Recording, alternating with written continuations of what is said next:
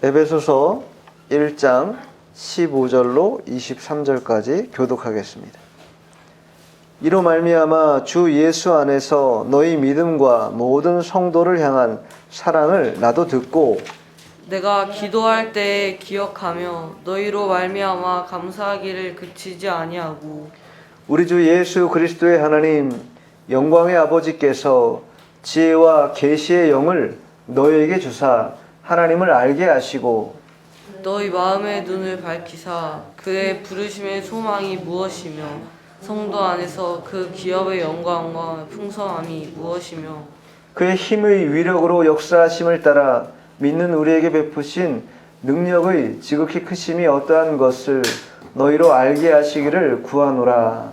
그의 능력이 그리스도 안에서 역사하사 죽은 자들 가운데서 다시 살리시고 하늘에서 자기의 오른편에 앉히사 모든 통치와 권세와 능력과 주권과 이 세상뿐 아니라 오는 세상에 일컫는 모든 이름 위에 뛰어나게 하시고 또 만물을 그의 발 아래에 복종하게 하시고 그를 만물 위에 교회의 머리로 삼으셨느니라. 교회는 그의 몸이니 만물 안에서 만물을 충만하게 하시는 이의 충만함이니라. 아멘. 오늘 말씀의 제목은 성도의 영적 지각, 성도의 영적 지각이라는 제목으로 하나님의 말씀을 증거하도록 하겠습니다. 여러분, 지각이라고 하는 것은 느끼는 것이죠. 깨닫는 것을 우리가 말할 때 지각한다 이렇게 표현합니다. 무엇으로 우리가 지각하는가, 깨닫고 느끼는가, 우리 오감 혹은 오각이라고도 하는데 시각이 있고 청각이 있고 또 후각이 있고 미각이 있고 촉각이 있고 이렇게 오각 혹은 오감이라고 하는데 이 오각으로 우리가 느낍니다. 깨달을 수 있는 것이죠. 거기에 하나 덧붙여서 우리의 신체가 아닌 식스센스라고 하죠. 육감이라고 하는데 여섯 번째 감각이 있습니다. 이 여섯 번째 감각이라는 것은 뭔가 이렇게 접촉감으로 느끼는 그러한 상황이 아니라는 거예요.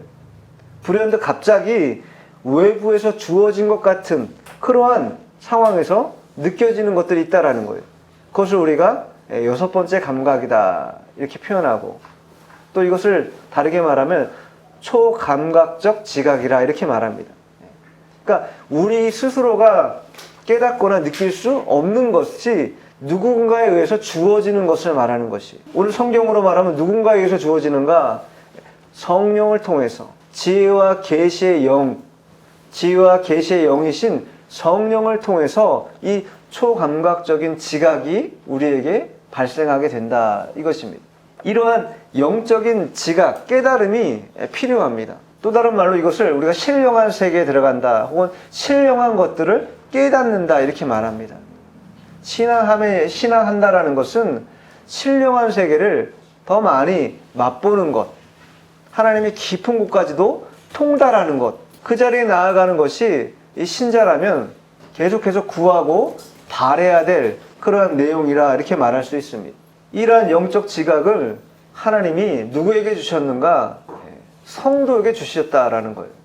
영적인 지각은요, 아무나 깨닫는 것이 아닙니다. 하나님의 백성들에게만 이 깨달음을 허락하셨고 이 깨달음을 통해서 우리가 더 주님을 구하는데 한 걸음 더 나아갈 수 있는 그러한 지렛대가 될 수 있다 이렇게 볼 수 있습니다.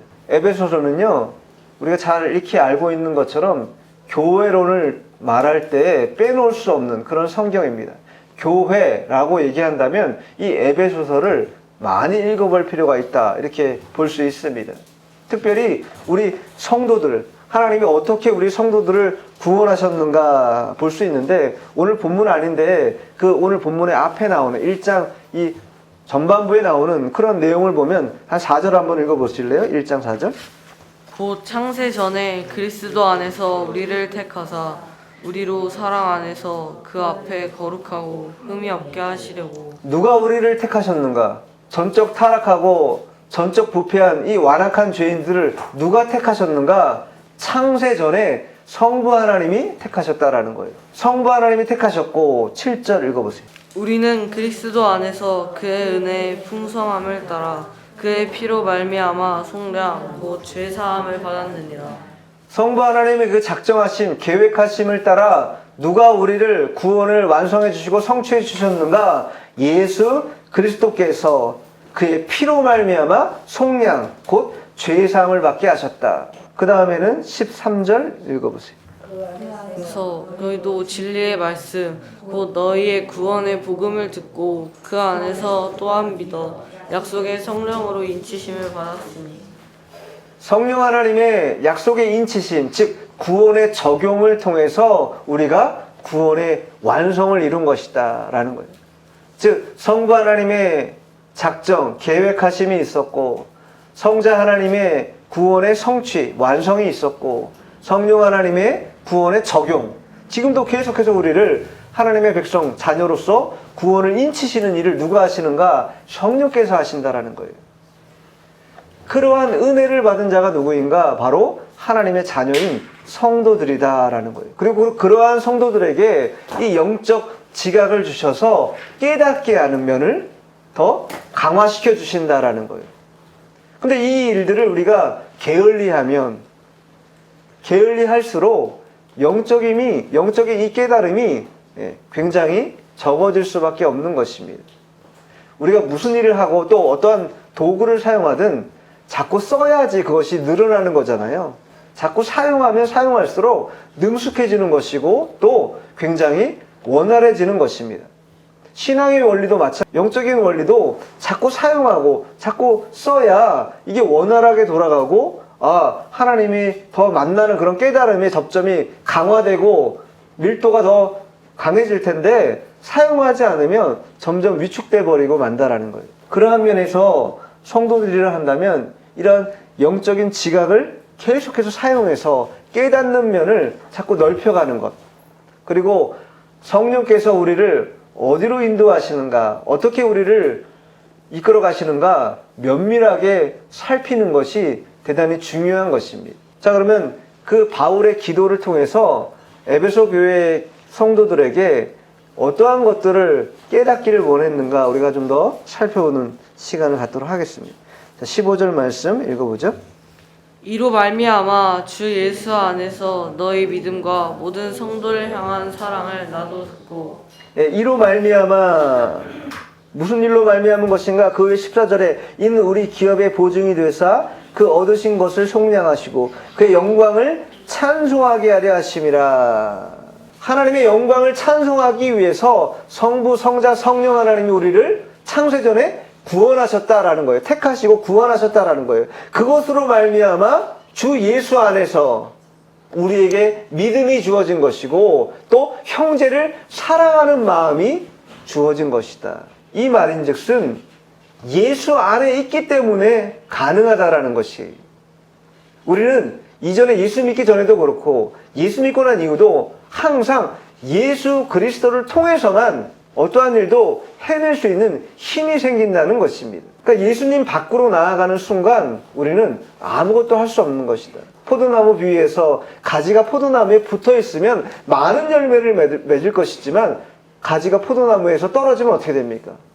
사람들에게 밟히는 것이고 모아져서 불쏘시개로 다 태워지고 마는 것이. 그러니 성도가 무엇을 깨달아야 되겠습니까?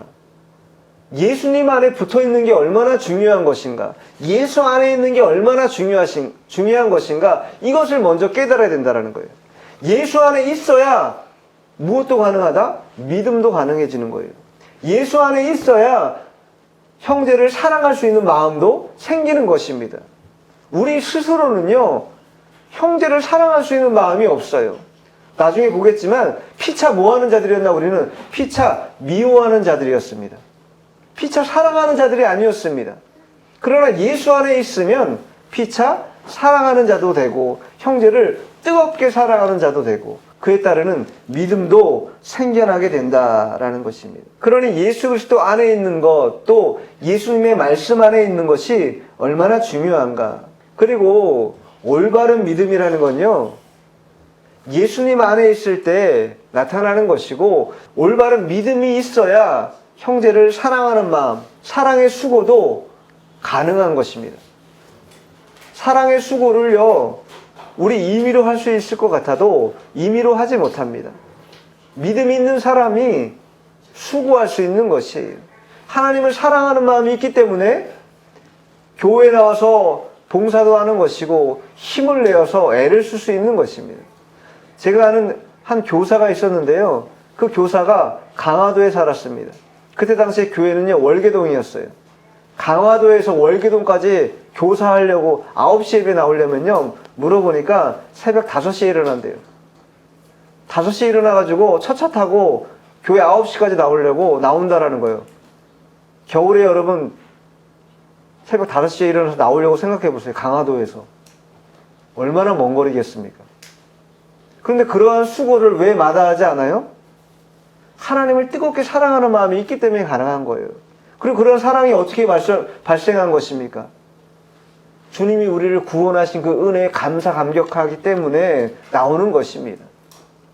예수님 안에 있는 이 믿음이야말로 우리를 움직이게 만드는 것이에요. 우리가 움직이지 못하는 이유는요, 예수님 안에 있는 이 사랑과 이 믿음이 확고하게 우리 속에 증폭되지 못하기 때문이다. 이렇게 볼 수 있습니다. 히브리서 1장 2절에 보면 이 모든 날 마지막에는 아들을 통하여 우리에게 말씀하셨으니 이 아들을 만유의 상속자로 세우시고 또 그로 말미암아 모든 세계를 지으셨느니라. 왜 그러한 원리가 통하는가?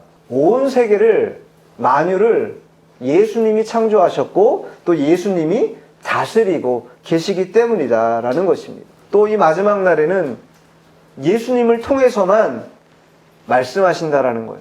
자, 그러면 우리가 과거에 예수 믿기 전에 어떠한 상태였는가? 아까도 말씀드린 것처럼 여기는 말씀을 한 군데 찾아서 읽어보겠습니다. 디도서 3장 3절. 속은 자요, 여러 가지 정욕과 행락의 종노릇한 자요, 악독과 투기를 일삼은 자요, 가증스러운 자요, 피차 미워한 자였으니. 우리도 전에는, 즉 예수 믿기 전에는 어떠한 사람들이었는가? 어리석은 자다, 순종하지 않는 자다, 속은 자다, 마귀에게 속은 자죠. 또 여러 가지 정욕, 우리 정욕이 얼마나 많습니까? 그 정욕과 행락이라는 건 쾌락이죠. 그거에 종노릇하는 자라는 거였어요. 뿐만 아니라 악독이 가득하고 투기를 일삼고 가증스러운 자요. 끝에는 뭐라고 써있어요? 피차 미워하는 자였다. 사랑을 못하는 자였다라는 거예요. 겉으로는 사랑하는 척하지만 본심으로는요, 사랑이 없다라는 거예요. 나와의 어떤 그런 이해관계가 딱 결부되는 순간 상대는요, 적으로 돌변한다라는 거예요. 사랑의 대상자가 아니라는 거예요. 적이고 미워할 대상이 돼버린다라는, 이게 우리가 예수 믿기 전에 본성이라는 것입니다. 우리가 예수님을 믿기 이전에는 모두 이와 같은 피차 미워하는 자, 악독이 가득한 자, 어리석은 자, 순종하지 않는 자, 정욕과 쾌락을 따라가는 자, 그런 자였다라는 거예요. 그러나 그런 자들이 오늘 15절에 말씀하고 있는 것처럼 주 예수 안에 있음으로 말미암아 어떻게 변했는가? 자, 변한 모습을 찾아볼 텐데 베드로전서 1장 22절. 너희가 진리를 순종함으로 너희 영혼을 깨끗하게 하여 거짓이 없이 형제를 사랑하게 이르렀으니 마음으로 뜨겁게 서로 사랑하라. 우리가 과거 예수 믿기 전에 그리스도 예수 안에 없을 때에는 피차 미워하는 자고 어리석은 자고 순종하지 않는 자였는데, 우리가 이제 예수님을 통해서 삼위일체 하나님을 통해서 구원의 은혜를 받고 난 이후에 어떻게 변했는가? 진리를 순종하는 자들이 됐다. 진리를 거스르는 자들이 아니라 진리를 순종하는 자들이 됐고, 또 우리 영혼이 깨끗하게 돼서 거짓이 없음으로 인해 형제를 사랑하게 됐다라는 거예요. 그리고 피차 마음으로 뜨겁게 사랑하는 그러한 자들이 되었다라고 성경이 증거해주고 있습니다. 이 말씀을 믿죠? 믿음이 없으면 여전히 우리는 이 말씀을 보고도 뜨겁게 서로 사랑하는 것보다는 미워하는 데 시간을 많이 할애하고 서로가 헐뜯는 데 시간을 많이 할애하는, 그것도 성도 간에 그럴 수 있다라는 거예요. 그래서 안 되겠죠. 예수 안에 있다라는 것은 진리를 순종하는 자들이고 거짓을 거부하는 자들이고 형제를 사랑하는 자들인데, 어느 정도 사랑하는가? 여기 보면 뭐라 썼어요? 서로 사랑한다. 일방적으로 사랑하는 게 아닙니다. 목사가 성도들을 사랑하면 성도들은 목사를 사랑해야 된다라는 거예요. 뿐만 아니라 성도와 성도 간에도 서로 간에 사랑하는 그런 관계가 나타나야 된다라는 거예요.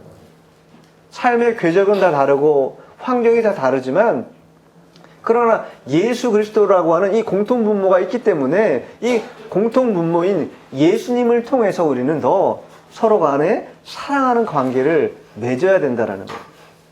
영적 지각이 있는 사람들은 이 사실을 깨닫기 때문에 이 일들을 어떻게 해요? 실천하게 됩니다.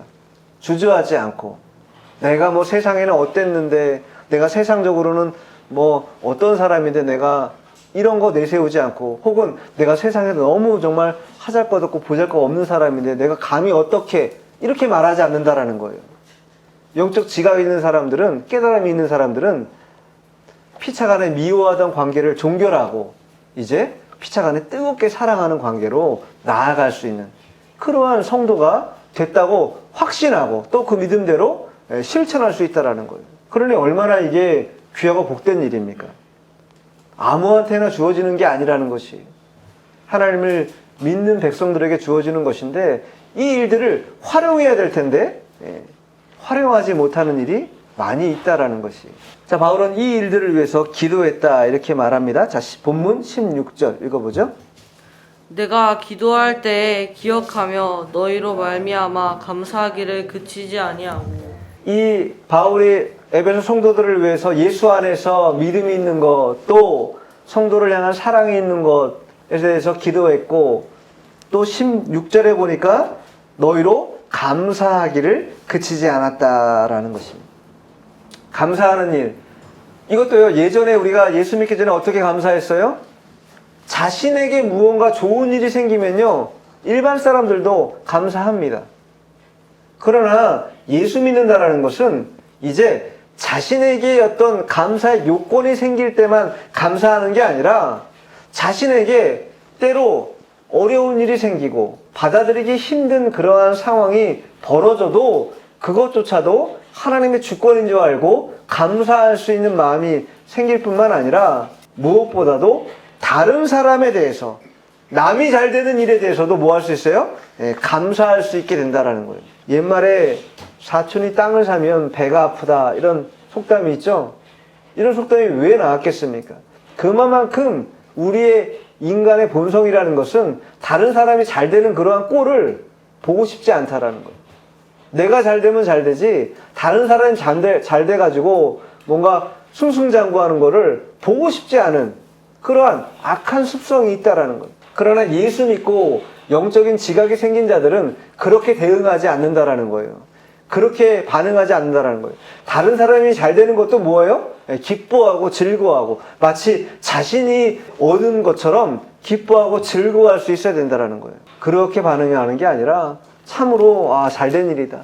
참으로 기뻐할 일이다. 이렇게 반응할 수 있다라는 거예요. 자신이 깨달은 만큼 되어진다라는 것이. 영적인 지각이 열린 만큼 하나님 앞에 내일이 아니라도 감사할 수 있는 것이죠. 자, 그런 이러한 영적인 지각을 누가 주시는가? 자, 본문 17절 읽어보세요.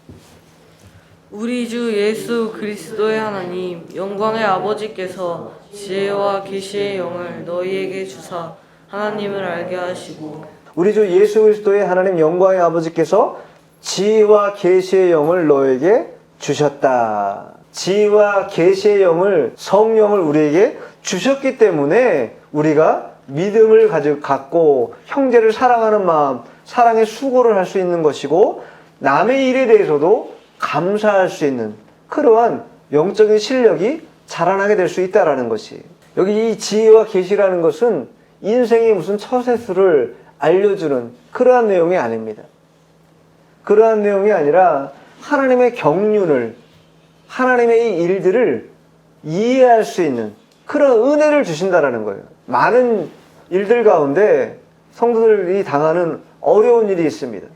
그 어려운 일을 당할 때 우리는요, 본능적으로 반응하면 어떻겠습니까? 어려운 일을 당하면 이스라엘 백성들이 그러했던 것처럼 불평하고 원망하는 것입니다. 왜? 어려운 일을 당했으니까, 힘든 일을 당했으니까 불평 원망에 나가는 게 자동적으로 나가는 것이죠. 그러나 지혜와 계시의 영을 통해서 하나님의 경륜을 깨달은 자들은 마치 여호수아 갈렙 같이 그 가나안 땅이 거대하고 장대한 자들의 땅이긴 하지만 하나님이 그 땅을 주셨다. 영적인 안목이 생기는 자들이라는 거예요. 영적인 눈이 열려서 오늘 나중에도 하겠지만 마음의 눈을 열어서 마음의 눈이 밝아져가지고 그것을 볼 수 있는 눈이 생긴다라는 것입니다. 그러한 눈이 성도들에게 열려야 돼요. 네피림이라고 하는 거대한 거인들이 점령하고 있기 때문에 그들을 바라볼 때 우리는 마치 메뚜기처럼 연약하기 때문에 그 땅은 도무지 우리가 들어갈 수 없는 땅이다라고 정탐했던 10명의 정탐꾼들은요, 무엇이 없는 거예요? 영적 지각이 없는 것이죠. 마음의 눈이 밝아지지 않은 것이죠. 여전히 어두운 가운데 거하고 있기 때문에 현실을 무엇으로만 보는 거예요? 현실로만 보는 거예요. 그러니까 답답한 것이죠. 그러니까 풀리지 않는 것처럼 보인다라는 거예요. 그러나 여호수아와 갈렙은 어떻게 했습니까? 똑같은 상황을 봤습니다. 그러나 두 사람은 다르게 봤어요.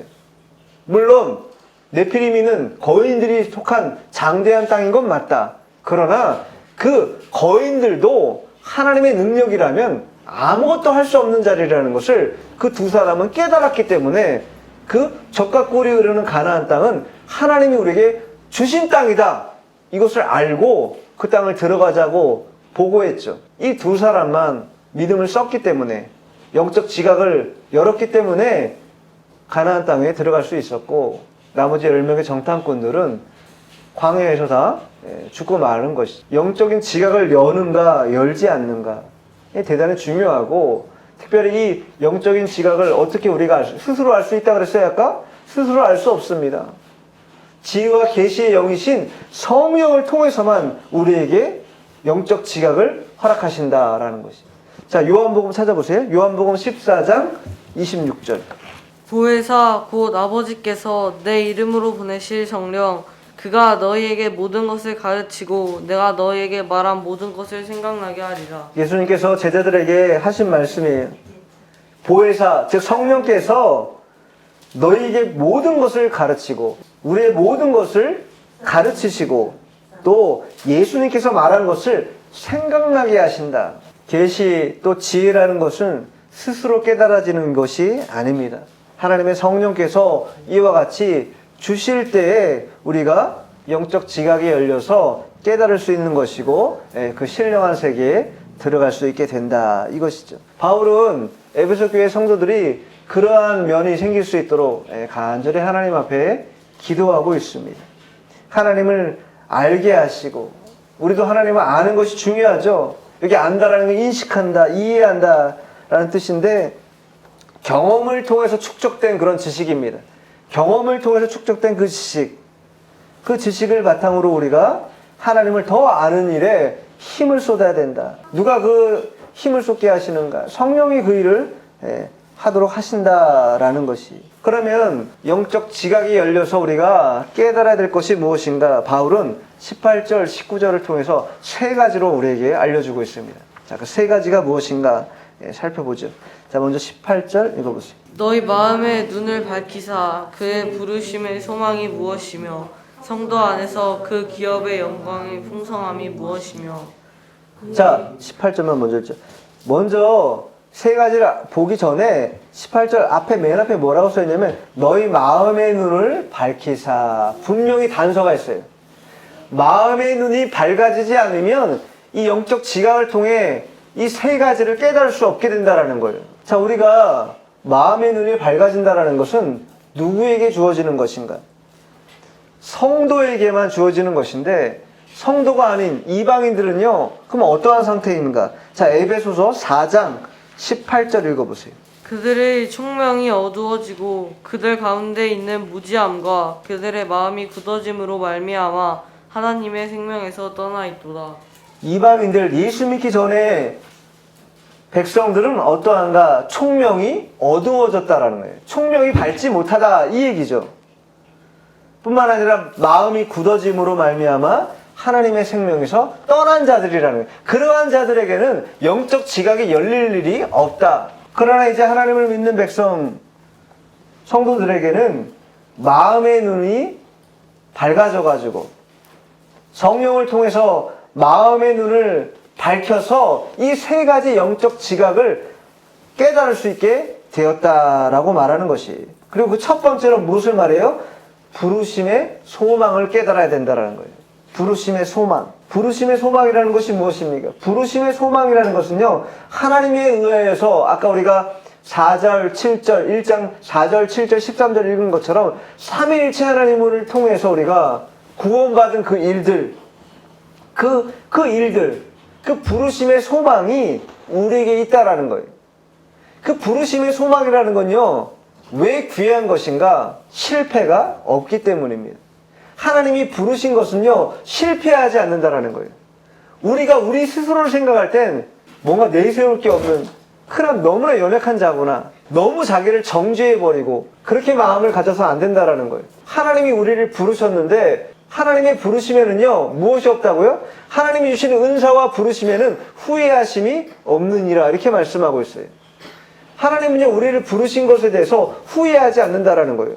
부르심에 실패가 없다. 부르심의 소망이 확실하다. 이것을 우리에게 분명히 말해주고 있습니다. 자, 1장 9절을 한번 읽어보세요. 1장 9절.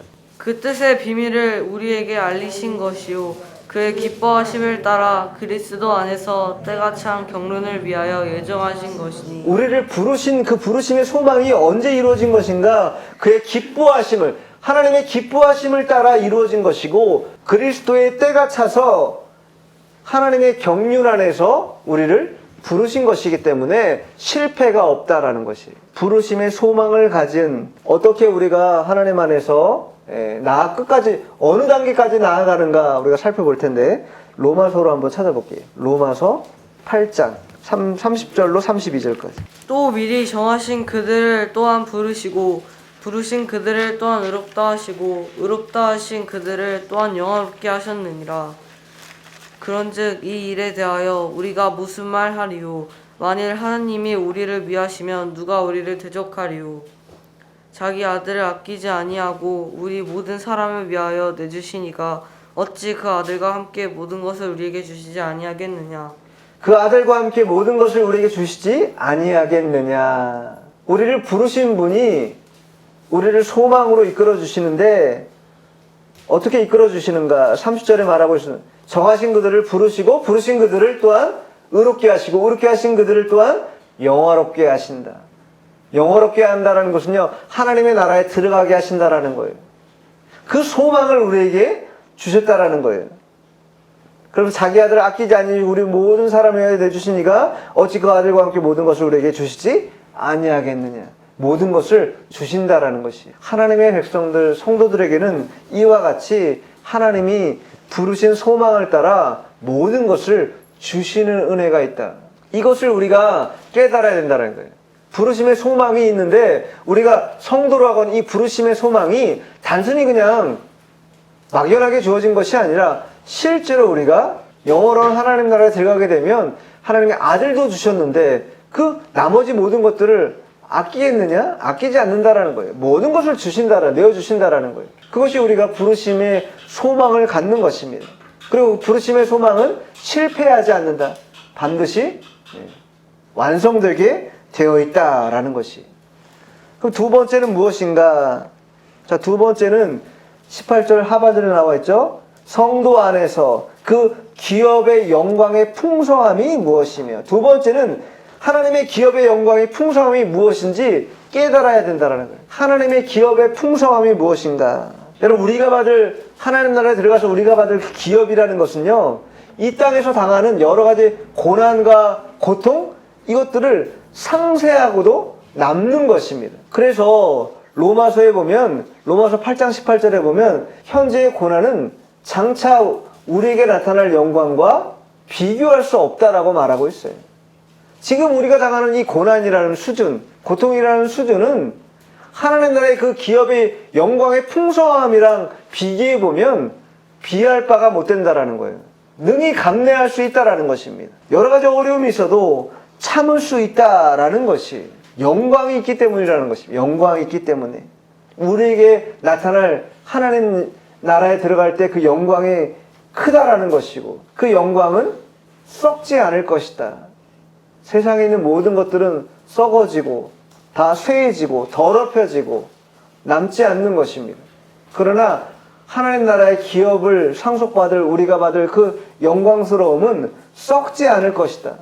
영원한 것이다. 이것이.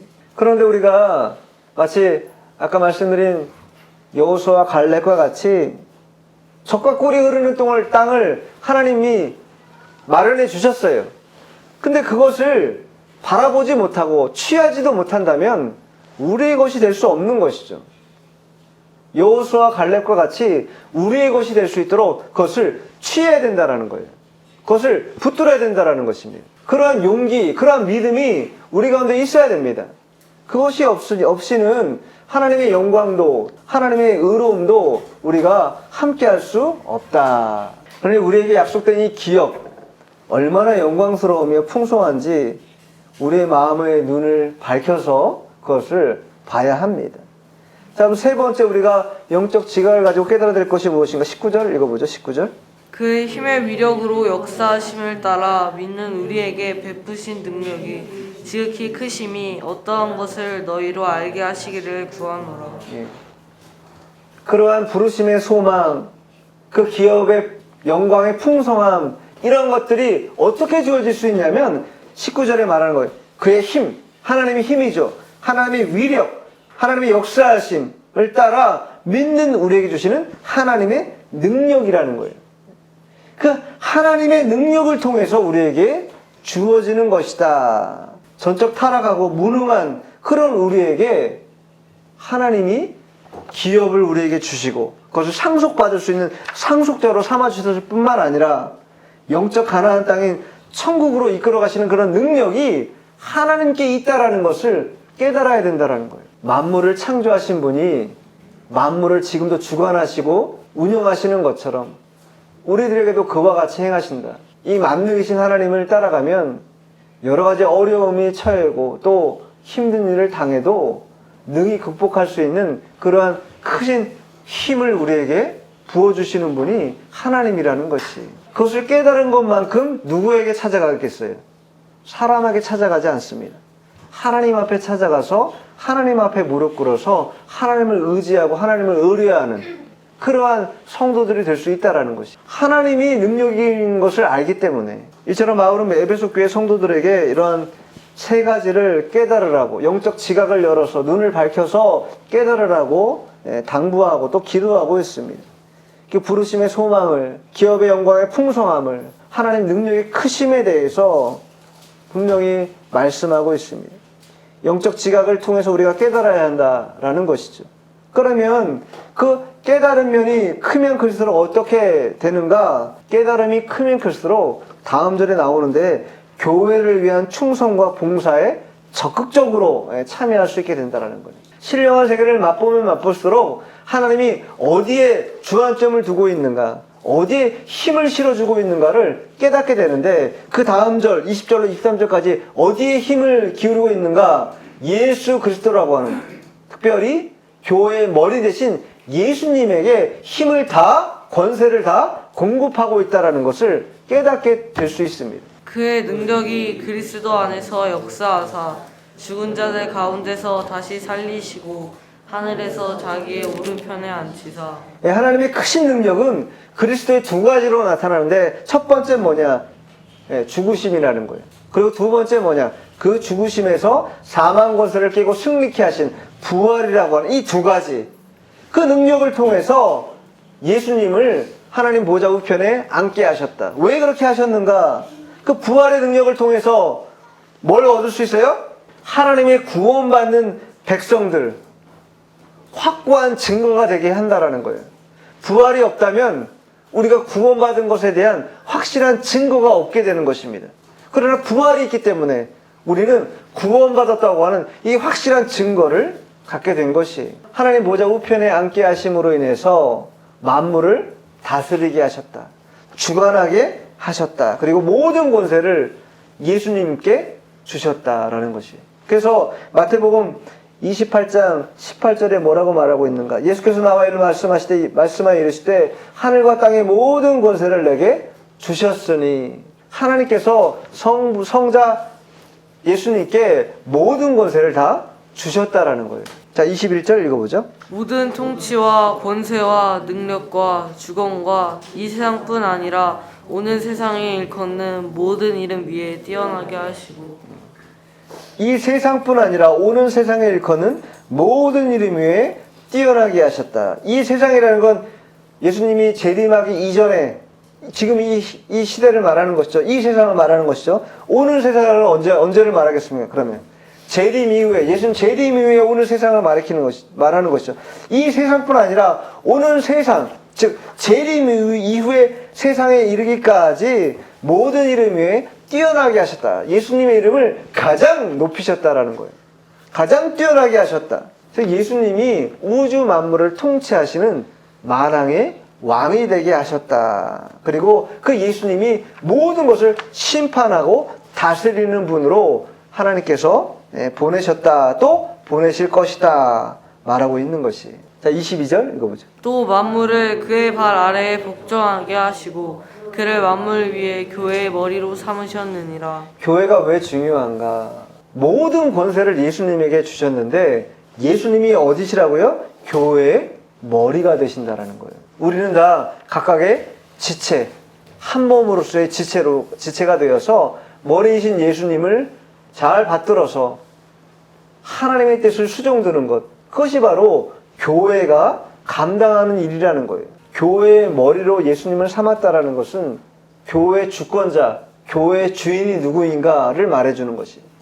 교회의 주인이 누구라고요? 예수님이 교회의 주인입니다. 예수님이 교회의 주권자가 된다라는 것이에요. 사람이 교회의 주인 행사하려는 경우가 간혹 있습니다. 교회에 어떤 그런 힘을 가진 어떠한 사람이 됐건 그것은 잘못된 선택이요, 잘못된 판단입니다. 그것은 하나님의 올바른 뜻이 아닌 것입니다.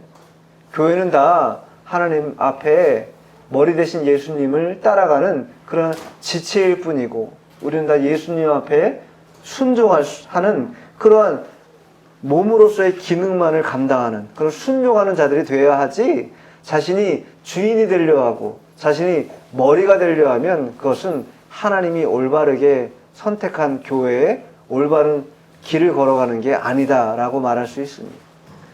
자, 마지막 23절 읽어보죠. 교회는 그의 몸이니 만물 안에서 만물을 충만하게 하시는 이의 충만함이니라. 만물을 충만하게 하시는 이가 누구신가? 그리스도라는 거예요. 그 만물을 충만하게 하시는 그리스도께서 교회 또한 충만하게 하신다라는 거예요. 교회를 통해서 충만하게 하신다라는 거예요. 왜? 교회의 머리가 누구세요? 예수님이기 때문에.